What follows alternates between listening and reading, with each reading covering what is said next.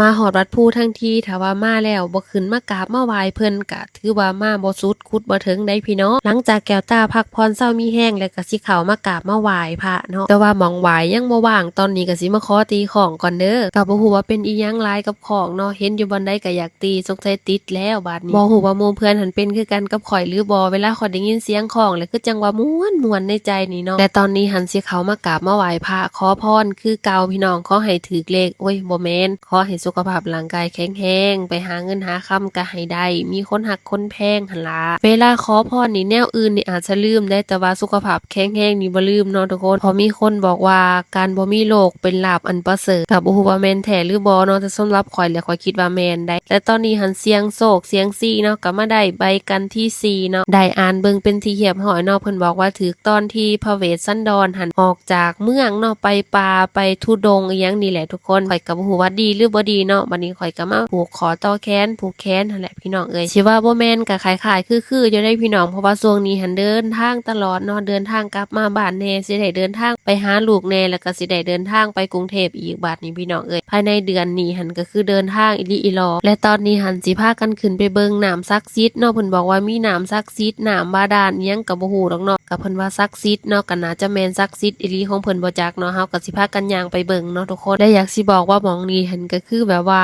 วิวก็ได้หันนะทุกคนแบบว่าความรู้สึกคือจังแบบว่าย่างลอดประตูไปอีกมิติหนึงอีหยังประมาณนี้แหละเนาะและน้ำศักดิ์สิทธิ์ที่เว้าถึงนี่ก็คือไหลอยู่ตลอดปีตลอดแล้งได้ทุกคนบ่มีมื้อหยุดเนาะก็คือไหลแต่ว่าไหลน้อยบางคนก็ว่าไผที่เป็นโรคนั้นโรคนี้ปัวบ่เศร้าก็มาเอาน้ำศักดิ์สิทธิ์ไปก็ไปกินไปดื่มหรือว่าไปโต๊ะผัวหรือว่านั่นนี่ต่างๆเนาะตามความเชื่อเนาะก็สิเศร้าสิหายเพิ่นว่าเนาะและมาสังเกตเห็นป้ายเพิ่นบอกว่าห้ามค้ำไหมใส่หินหมายความว่าแนวใดทุกคนแปลว่าก่อนหน้านี้ต้องมีคนเอาไหมมาค้ำแบบไหมน้อยๆน้อยๆหันมาค้ำแน่นอนทุกคนแบบมาค้ำเรียงเป็นแถวๆไว้เนาะก็คือแบบเคยเห็นแต่ก่อนหันนะอาจจะเป็นนำความเชื่อนั่นนี่ต่างๆเพิ่นอาจจะเชื่อว่าค้ำหินค้ำสตาร์จังสันบ่จักเด้เนาะเฮาก็บ่ฮู้เนาะทุกคนแต่ว่าตอนนี้หันเขาเจ้าบ่ได้ให้ค้ำแล้วเด้อและบรรยากาศทางลุ่มพี่น้องเอ้ยเลี้ยวลงไปก็คืองามแฮงงามคักเลยเห็นฮอดแม่น้ำคองฟังพุ่นพุ่นเนาะและตอนนี้หันก็ย่างชมวิวไปเรื่อยๆกับเอื้อยเนาะเบิ่งอันนั้นเบิ่งอันนี้ไปเนาะก็คือจังว่าม่วนๆเนาะลมก็เย็นอยู่เทิงภูเนาะพี่น้องในความรู้สึกข่อยตอนนี้หันบอกได้เลยว่า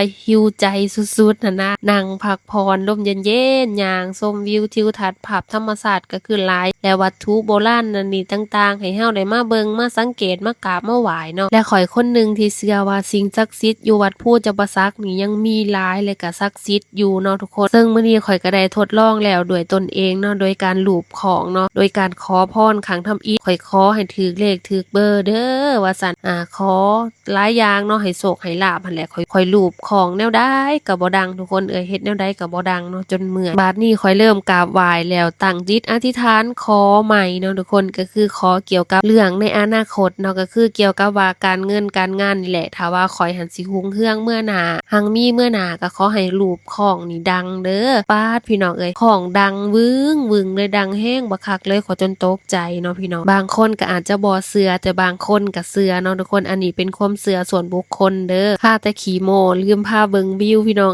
วิวก็คืองามแห้งเนาะก็คือวิวนี่ได้